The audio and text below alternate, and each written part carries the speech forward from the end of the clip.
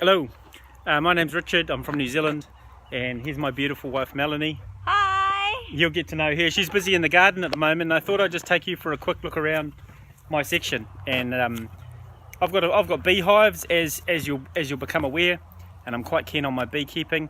And so we've been trying to plant as many bee-friendly plants as we can, and possibly and preferably native, let's say that. So we've got some hebes here, and they're just about finished flowering, but the bees absolutely love those.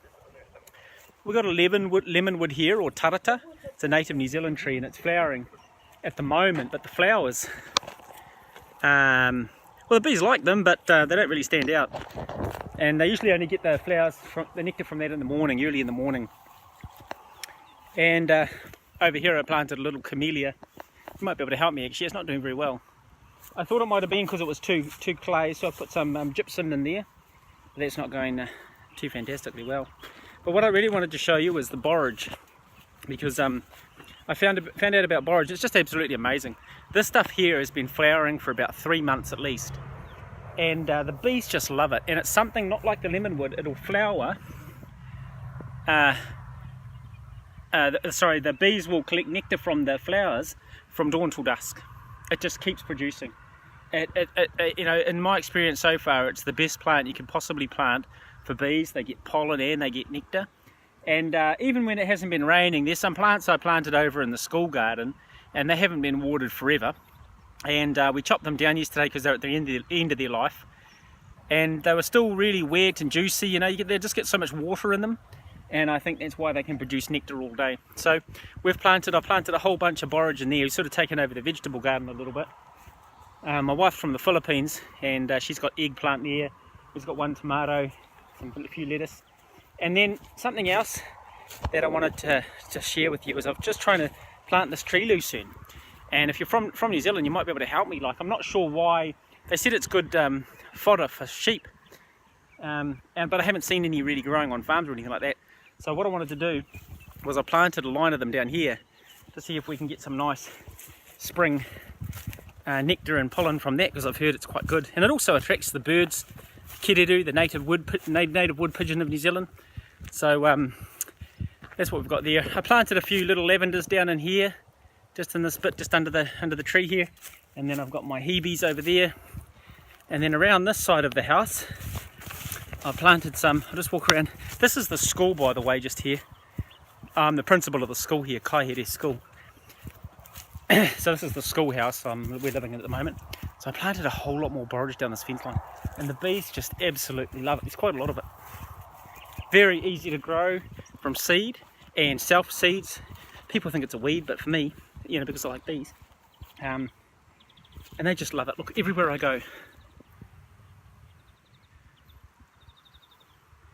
you know, it's getting into the evening now. The sun's going behind the hills, and yet they're still working it like that. Alright, so that's what I wanted to show you around here, the borage.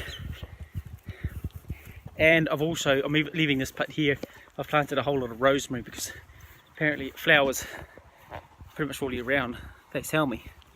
And then around this side of the house I've got obviously more borage, and in here I planted just a couple more hebes just here, and I thought I'd plant a 5-finger, just getting a bit overgrown. I hate this dock.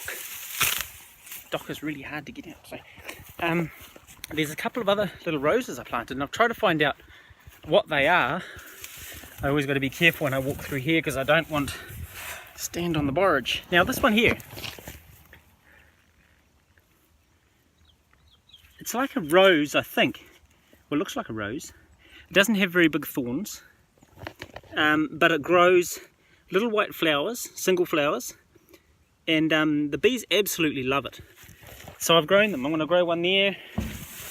These are I made these from cuttings from one. There was one of these at the school. One there, and then 3, 4, 5. So I've got 5 of those growing in this little gap here, and that's between the shed and the farmer's fence.